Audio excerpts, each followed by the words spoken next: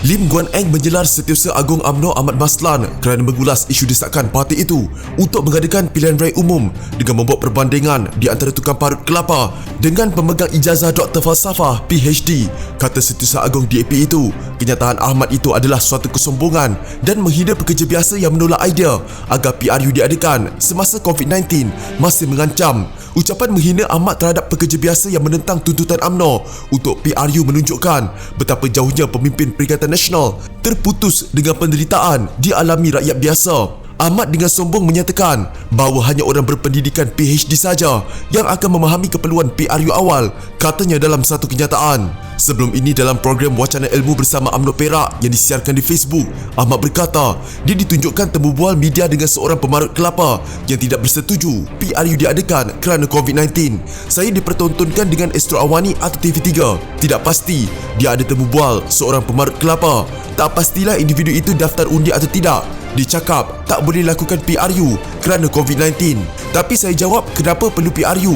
Kerana banyak negara yang sudah lakukan, antaranya di Amerika Syarikat, Singapura, dan kita juga dah laksanakan pilihan raya kecil di Chini, Slim dan pilihan raya negeri Sabah. Sabah itu kes tinggi pun punca mereka kerana orang-orang pulau naik motorbot mereka masuk tanpa saringan dan sebagainya. Itu antara punca saya difahamkan dan ia merebak di pulau sekitar itu.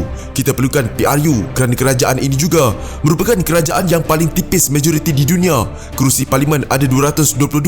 Kalau nak jadi kerajaan, kena ada 111 campur satu kerusi lagi minima. Dan itu yang kerajaan Malaysia ada sekarang. Rasanya yang parut kelapa tadi itu dia tidak perasan yang ditemu bual sebagai suara akar umbi rakyat itu tidak tahulah hanya lepasan sekolah tinggi kot. Kalau dari UIA atau Universiti Islam Malaysia atau ada PhD, saya rasa dia boleh ulas dengan lebih tepat, kata Ahmad. Program berkenaan dianjurkan UMNO Tanjung Malim. Ucapan Ahmad itu dibidas sebahagian pengguna media sosial yang tidak menyambut baik pandangannya. Ahmad juga sebelum itu mendakwa salah satu sebab utama UMNO tidak berpuas hati dengan Kerajaan Perikatan Nasional adalah kerana langkah gabungan berkenaan meneruskan kes mahkamah terhadap parti tersebut dan para pemimpinnya. Katanya faktor itu mengatasi faktor tidak puas hati mereka terhadap pengagihan jawatan. Dia menggambarkan kes-kes tersebut adalah kezaliman zaman Pakatan Harapan dan apabila kes tersebut diteruskan di mahkamah. Sebab itulah PRU perlu diadakan untuk memilih kerajaan baru. Menteri Sains, Teknologi dan Inovasi Khairi Jamaluddin Abu Bakar dari UMNO juga mengkritik kenyataan awal Ahmad dan bergesanya tidak menggambarkan UMNO kecewa dengan Kerajaan Perikatan Nasional kerana isu mahkamah. Kata Khairi, kenyataan seperti dibuat ahli Parlimen Pontian itu memberi gambaran seolah-olah UMNO ingin melihat berlaku campur tangan pihak eksekutif dalam proses kehakiman. Lim turut membidas Perikatan Nasional yang katanya bertanggungjawab memburukkan krisis kesihatan awam dengan peningkatan jangkitan COVID-19 dan tidak mampu menangani jangkaan kenaikan kes sehingga 8,000 sehari. Katanya Perikatan Nasional lebih mementingkan kelangsungan politik berbanding negara.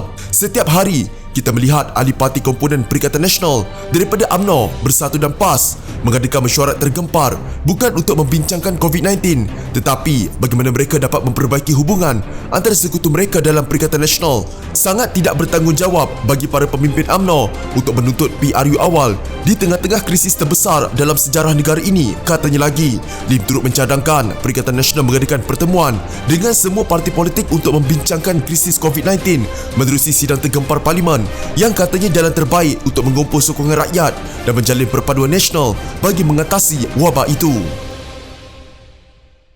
Jika anda mempunyai gejala seperti demam, batuk dan sesak nafas, jangan berlengah untuk terus ke klinik atau hospital bagi menjalani ujian saringan. Bersama kita tangani wabak COVID-19.